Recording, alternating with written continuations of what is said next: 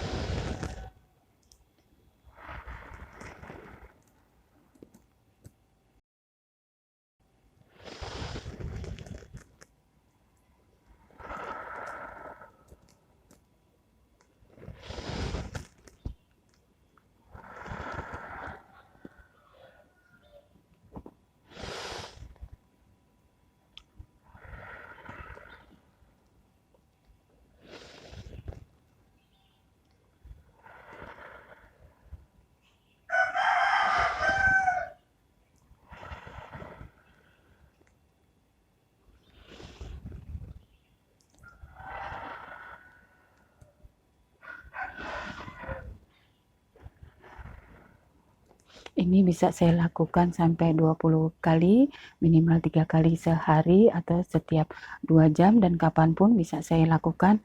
Saya akan di rumah juga saya akan melakukan, yaitu latihan untuk membantu pernafasan, yaitu dengan menggunakan insentif spirometer seperti ini.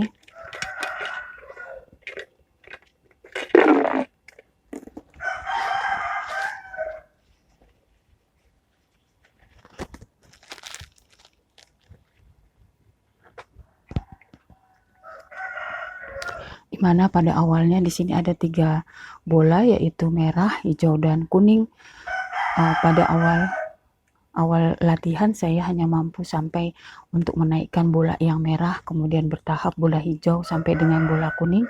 Alhamdulillah saat ini saya sudah sampai bola kuning, dan itu ditahan, itu minimal yaitu selama 3 detik.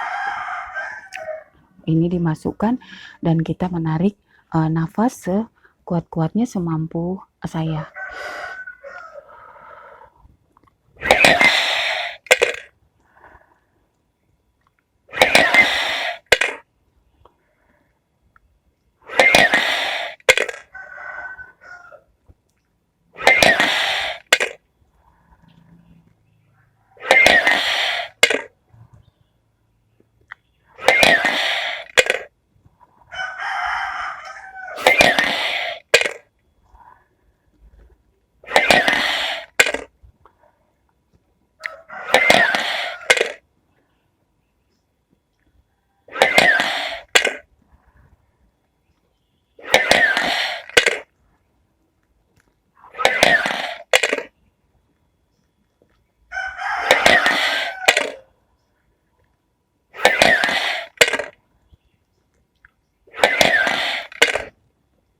Ini saya lakukan secara bertahap, mulai dari 10 kali, 15 kali, sampai bisa 20 kali untuk melatih yaitu pernafasan.